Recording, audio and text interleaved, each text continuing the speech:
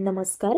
Royal कारभारीण या आपल्या चॅनलवर तुमच्या सगळ्यांचे स्वागत करते. मल्हार सुमतीचे भाग 23 आधीच अपलोड केलेले आहेत. मल्हार सुमती भाग 24.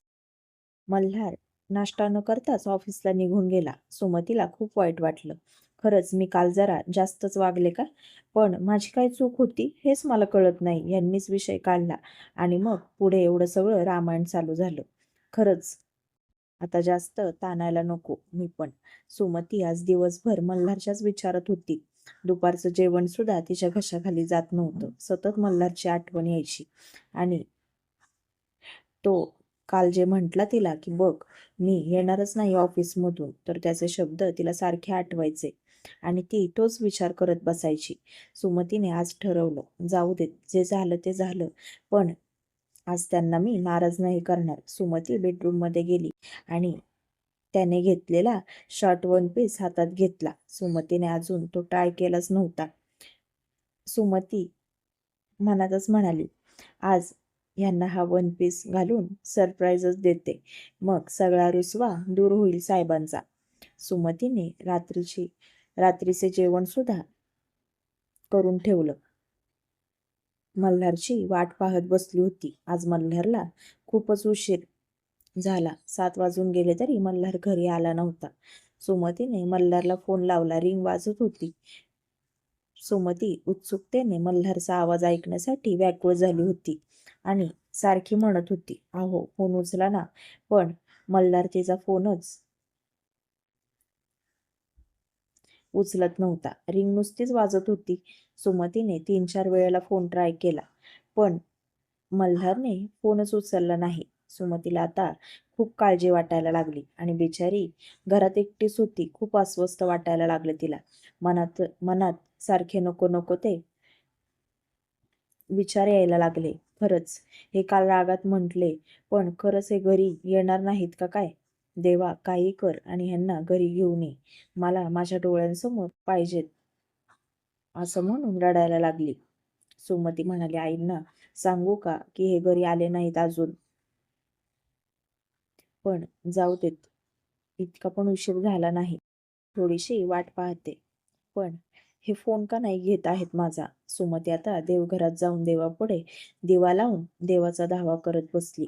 1-1.5 तास झाला तरी मल्हार अजून आला नव्हता. सुमतीला आता खूप भीती वाटायला लागली.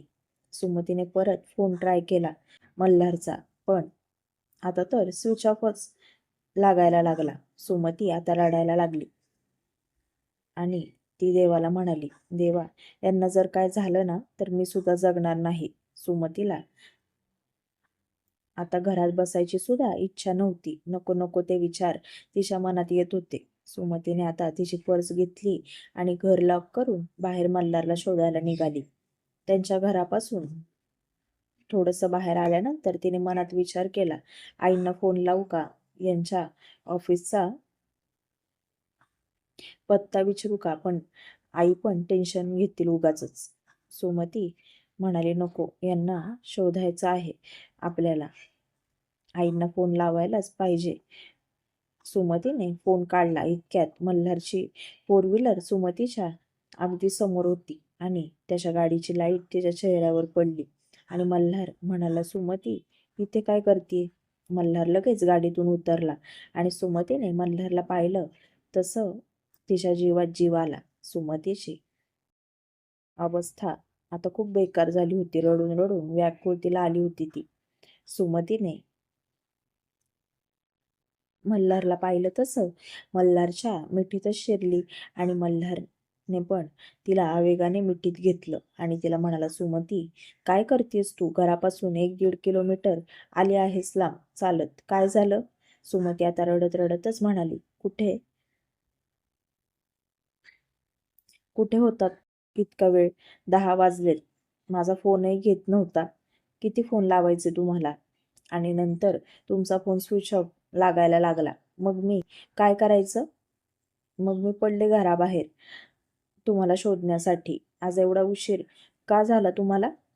मल्हारने सुमतीला मिठीत घेतलं आणि तिला म्हणाला, सुमती शांत हो, आपण घरी जाऊन बोलूयात. मल्हारने सुमतीसाठी गाडीचा दरवाजा उघडला आणि तिला आतमध्ये बसवलं. मल्हारने गाडी स्टार्ट केली आणि दोघे जण घरी आले. सुमतीने मल्हारचा हात सोडलाच नव्हता. मल्हार आतमध्ये आला तसा मल्हारने सुमतीला घट्ट मिठी मारली आणि तिच्या कपाळावरती प्रेमाने किस केला. तिला म्हणाला, सुमती, अगं कुठे हरवली असतीस तू तर काय केलं असतं मी? कुठे शोधलं असतं तुला? मी आलो नाही म्हणून लगेच घराच्या बाहेर पडायचं का मला शोधण्यासाठी? तुला इथलं काय माहिती आहे का? तुला रस्ते माहिती आहेत का? उगाच कुठे हरवली असतीस तर काय झालं असतं? नशीब मला दिसलीस तिथे, सुमती म्हणाली. पण इतका वेळ लावतात का घरी यायला? आणि सकाळी का काही सांगून गेला नाहीत? काल कसं बोललात मला की मी उद्या घरी येणारच नाही? मग माझं काय होणार आहे? मी घाबरणारच ना? त्यात एवढा उशीर झाला तुम्हाला घरी यायला. माझ्या जीवाचं काय झालं असेल याची कल्पना सुद्धा तुम्ही करू शकत नाही. एकतर मी घरात एकटीच आहे, आई सुद्धा नाहीत. कोणाला सांगायचं मी? मल्हारने आता कान पकडले आणि तिला म्हणाला, बायको, सॉरी ना, माफ कर ना तुझ्या या वेड्या नवऱ्याला. अगं खूप कामात होतो म्हणून लक्ष नाही गेलं फोनकडे, आणि फोन सायलेंटवर होता. सकाळी फोन चार्जिंगला लावायचाच विसरलो आणि थोड्या वेळाने फोनची बॅटरी ऑफ झाली. सॉरी, माफ कर ना मला, सुमती मल्हारला म्हणाली. तुम्हाला ना अजिबात माफ करणार नाही मी. जा तिकडे आणि लवकर या आवरून बाहेर. जेवायला वाढते तुम्हाला. मल्हार आता हसला आणि सुमती त्याच्या पुढे निघून गेली. किचनमध्ये गेली. तिने सगळं जेवण गरम केलं. मल्हार स्वतः डायनिंग टेबलवर येऊन बसला होता आणि सुमतीला म्हणाला, सुमती, अगं दुपारी काय केलंस तू? जेवलीस ना? सुमती मल्हारला म्हणाली, मग दुपारीच का नाही विचारलं फोन करून? जेवली का नाही बायको म्हणून? आता जाऊ देत ते, तुम्ही जेवून घ्या आधी. मल्हार सुमतीला म्हणाला, बापरे, बायकोचा रागाचा पारा खूपच वाढलाय वाटतं, सुमती मल्हारला म्हणाली. आणि डबा का नाही घेऊन गेला तुम्ही? सकाळी कुठला राग काढत होता तो माझ्यावर? मल्हार सुमतीला म्हणाला, अगं आज सरांसोबत 2-3 मीटिंग झाल्या, बाहेरच होतो, त्याच्यामुळे बाहेरच जेवण झालं माझं, म्हणून नाही घेऊन गेलो डबा, सुमती मल्हारला म्हणाली. मग जाताना मला सांगितलं का नाहीत की सरांसोबत जेवण होईल माझं बाहेर? मल्हार सुमतीला म्हणाला, सुमती, तुझा नवरा उपाशी राहणार नाही, काळजी करू नकोस. बरं, बस ना माझ्या शेजारी, दोघे जण जेवूयात. सुमती म्हणाली, नको, तुम्ही घ्या आधी जेवून, माझं मी बघेल, कधी जेवायचं तेव्हा जेवेल मी. मल्हार तिला म्हणाला, ए माझी लाडूबाई, नको ना असं करूच, किती त्रास देतेस ग मला, किती दमून आलोय मी आज दिवसभर, खूप काम होतं मला, आणि त्यात आता तू असं वागणार आहेस का माझ्यासोबत? थोडंसं खा ना. आणि माझ्या पोटाची तेवढी तुला काळजी आहे, पण मला पण तुझी काळजी आहे. माझी बायको सुद्धा जेवायला पाहिजे बरं का. आणि सुमतीचा हात त्याने धरला आणि त्याच्या मांडीवरती सुमतीला बसवलं. सुमतीच्या गालावर एक पप्पी घेतली. मल्हारने सुमतीला एक घास भरवायला लागला. सुमती, एक घास तुझ्या या मल्हारचा. मल्हार मल्हारचा घास म्हटल्यावर सुमती आज करायची नाही. मग मल्हार तिला म्हणाला, खा, हा घास तुझ्या सासूचा, आता खा. मग सुमतीने लगेच केला आणि तो घास खाल्ला. मग सुमतीने सुद्धा एक तुकडा मोडला, भाजीत बुडवला आणि मल्हारला भरवला. परत मल्हारने तसंच केलं. तिला म्हणाला, एक घास मल्हारचा. तरी सुमती खाईनाच. मग मल्हार म्हणाला, एक घास बाबांचा. आणि मग सुमतीने लगेच केला. मल्हार सुमतीला म्हणाला, सुमती, आता कोणाच्या नावाचा घास चारू ग? शचीच्या नावाचा चारू का? सुमतीने आता मल्हारकडे बघून हसायचं टाळलं. तिला पण हसायला आलं, पण ती अजिबात हसली नाही. मग मल्हारने अजून एक तुकडा मोडला आणि सुमतीच्या तोंडाजवळ घेऊन गेला आणि तिला म्हणाला, हा घास मल्हारचा. पण सुमतीने तोंड उघडलंच नाही. मल्हारने तिच्या कमरेत त्याची हळूवार बोटे फिरवायला लागला. आणि तिची कंबर दाबायला लागला. सुमतीने आता तिथेच त्याचा हात पकडला आणि त्याच्याकडे अगदी रागाने पाहिलं. मल्हार सुमतीला म्हणाला, बायको, भूक लागली असेल तर जेवण करून घे. माझ्याकडं असं रागात बघून मला खायचा विचार आहे का? तुझा नवरा घाबरतो बरं का तुला. सुमती म्हणाली, तर किती घाबरतं ना मला, दिसतंय ना ते. सुमती, आकर ना, मला माझा घास भरवायचा आहे तुला. सगळ्यांचा घास खाल्लास की, पण माझा घास राहिला ना तुला भरवायचा. आकर. मल्हार परत तेच म्हटला, पण सुमतीने केलाच नाही. मग मल्हारने सुमतीच्या गालाला गाल घासला आणि मल्हार म्हणाला, एक घास शशीचा. आणि मग सुमती खूप हसायला लागली. मल्हारच्या गळ्यात पडली. मल्हारच्या गालावरती भरपूर किस केले तिने आणि त्याचा गाल जोरात चावला आणि त्याला म्हणाली, नालायक, हलकट, हेकेखोर, एक नंबरचे. मल्हार सुमतीला म्हणाला, अजून काय शिव्या असतील त्या पण घालून घे नवऱ्याला. सुमती, खा ना ग. सुमती त्याला म्हणाली, मला नको शशीचा घास, मला तुमचा घास पाहिजे. आधी म्हणा, हा घास मल्हारचा म्हणून. मल्हार म्हणाला, हो का. मल्हार सुमतीला म्हणाला, सुमती, हा घास कशाला, तुला मल्हारच देतो ना. असं म्हणून मल्हारने लगेच सुमतीच्या तोंडात तोंड घातलं आणि सुमतीने सुद्धा त्याच्या गळ्यात तिचे हात घातले आणि त्याला अगदी घट्ट विलगली. मल्हार सुमतीला सुमतीने आज खूप छान मेनू बनवला होता. ताटात श्रीखंड होतं. ते श्रीखंड मल्हारने थोडंसं सुमतीला भरवलं आणि सुमतीच्या परत तोंडात तोंड घातलं आणि सुमतीला म्हणाला, बायको, काय मस्त श्रीखंड केला आहेस ग. तुझ्या ओठांचा गोडवा त्या श्रीखंडामध्ये उतरला आहे आणि त्याची गोडी अजूनच वाढली आहे. आता मी पोटभर जेवणार. आय लव्ह यू सुमती, असं म्हणाला आणि सुमती सुद्धा आता त्याच्या मांडीवरनं खाली उतरली आणि अगदी त्याच्या शेजारी त्याला चिटकून बसली. तिने सुद्धा मल्हारला भरवलं. दोघे जण जेवले. सुमतीने किचन आवरलं. मल्हार सुमतीला म्हणाला, सुमती, उद्या सर अमेरिकेला जाणार आहेत आणि उद्यापासून मला यायला थोडा उशीर होईल घरी. आणि आज सारखी बाहेर शोधायला जाऊ नकोस मला, समजलं का. सुमती किचन मधूनच त्याला म्हणाली, मग तुम्ही सुद्धा मला फोन लावायचा 2-2 तासांनी. मी तुम्हाला फोन का नाही लावत, कारण की तुम्ही कामात असता, परत माझ्यावरच वैतागाल म्हणून फोन नाही लावत तुम्हाला. पण तुम्हाला लावायला काय होतं मला फोन. मल्हार म्हणाला, बरं बाई, लावतो.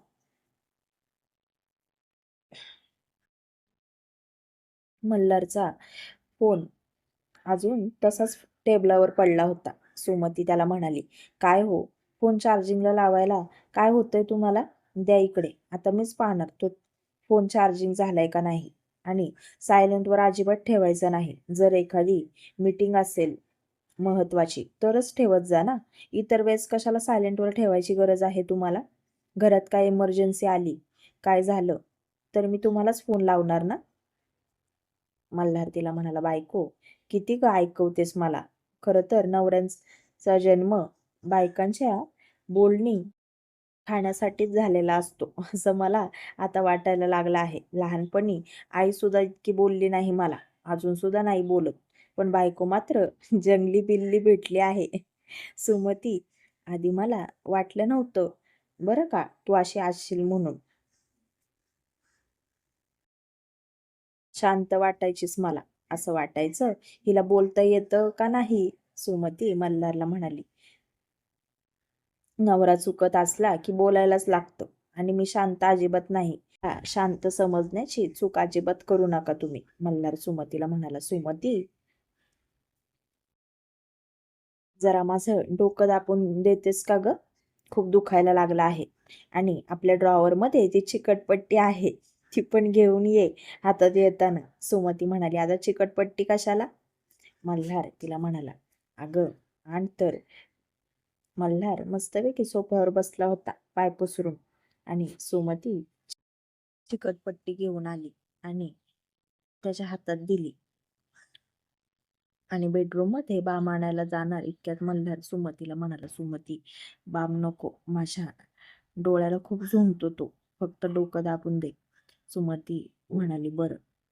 मल्हार म्हणाला, पण त्याआधी माझ्या शेजारी बस. सुमती मल्हारच्या शेजारी बसली आणि त्याला म्हणाली, काय हो?